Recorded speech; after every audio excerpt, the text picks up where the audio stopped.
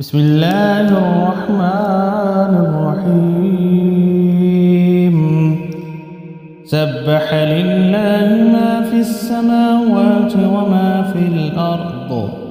وهو العزيز الحكيم هو الذي أخرج الذين كفروا من أهل الكتاب من ديارهم لأول الحشر ما ظننتم أن يخرجوا وظنوا أنهم مانعتهم حصونهم من الله فأتاهم الله من حيث لم يحتسبوا وقذف في قلوبهم الرعب يخربون بيوتهم بأيديهم وأيدي المؤمنين فاعتبروا يا أولي الأبصار ولولا أن كتب الله عليهم الجلاء لعذبهم في الدنيا ولهم في الآخرة عذاب النار ذلك بأنهم شاقوا الله ورسوله ومن يشاق الله فإن الله شديد العقاب ما قطعتم من لينة أو تركتموها قائمة على أصولها فبإذن الله وليخزي الفاسقين وما أفاء الله على رسوله منهم فما أوجفتم عليه من خيل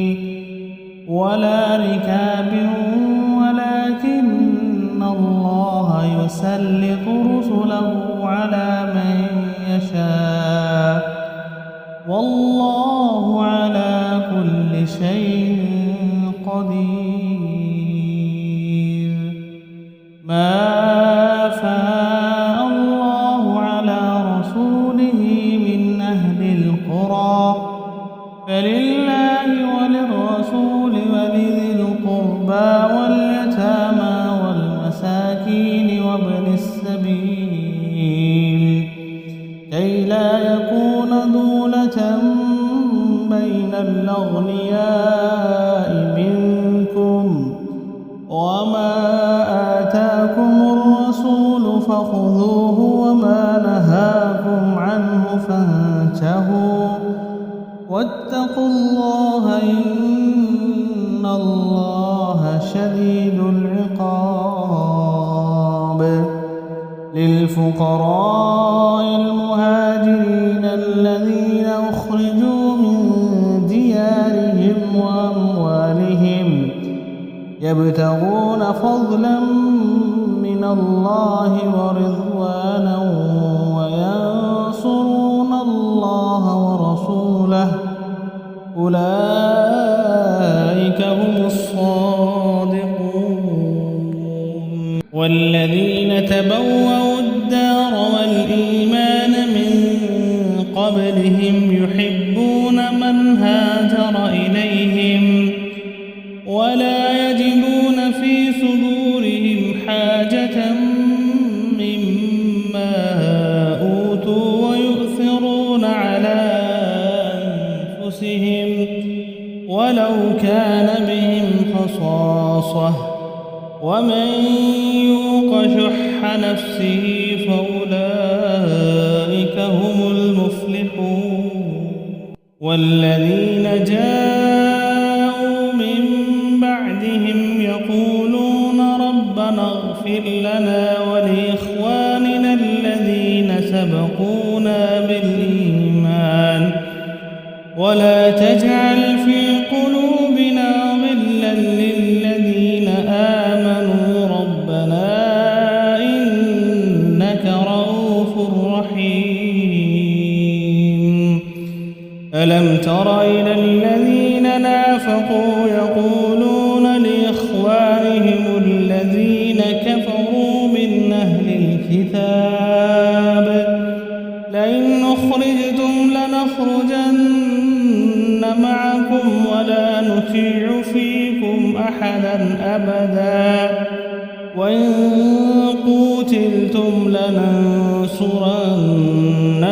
والله يشهد إنهم لكاذبون لئن أخرجوا لا يخرجون معهم ولئن قوتلوا لا ينصرونهم ولئن نصروهم ليولن الأدبار ثم لا ينصرون لأنتم أشد رهبة في صدورهم من الله ذلك بأنهم قوم لا يفقهون لا يقاتلونكم جميعا إلا في قرى محصنة أو من وراء جدر بأسهم بينهم شديد تحسبهم جميعا وقلوبهم شتى ذلك بأنهم قوم لا يعقلون كمثل الذين من قبلهم قريبا ذاقوا وبال أمرهم ولهم عذاب أليم كمثل الشيطان إذ قال للإنسان اكفر فلما كفر قال إني بريء منك إني يخاف الله رب العالمين فكان عاقبتهما أنهما في النار خالدين فيها وذلك جزاء الظالمين يا أيها الذين آمنوا اتقوا الله ولتنظر نفس ما قدمت لغد واتقوا الله إن الله خبير بما تعملون ولا تكونوا كالذين نسوا الله فانساهم أنفسهم أولئك هم الفاسقون لا يستوي أصحاب النار وأصحاب الجنة أصحاب الجنة هم الفائزون لو أنزلنا هذا القرآن على جبل لرأيته خاشعا متصدعا من خشية الله وتلك الأمثال نضربها للناس لعلهم يتفكرون والله الذي لا إله إلا هو عالم الغيب والشهادة هو الرحمن الرحيم والله الذي لا إله إلا هو الملك القدوس السلام المؤمن المهيمن العزيز الجبار المتكبر سبحان الله عما يشركون والله الخالق البارئ المصور له الأسماء الحسنى يسبح له ما في السماوات والأرض وهو العزيز الحكيم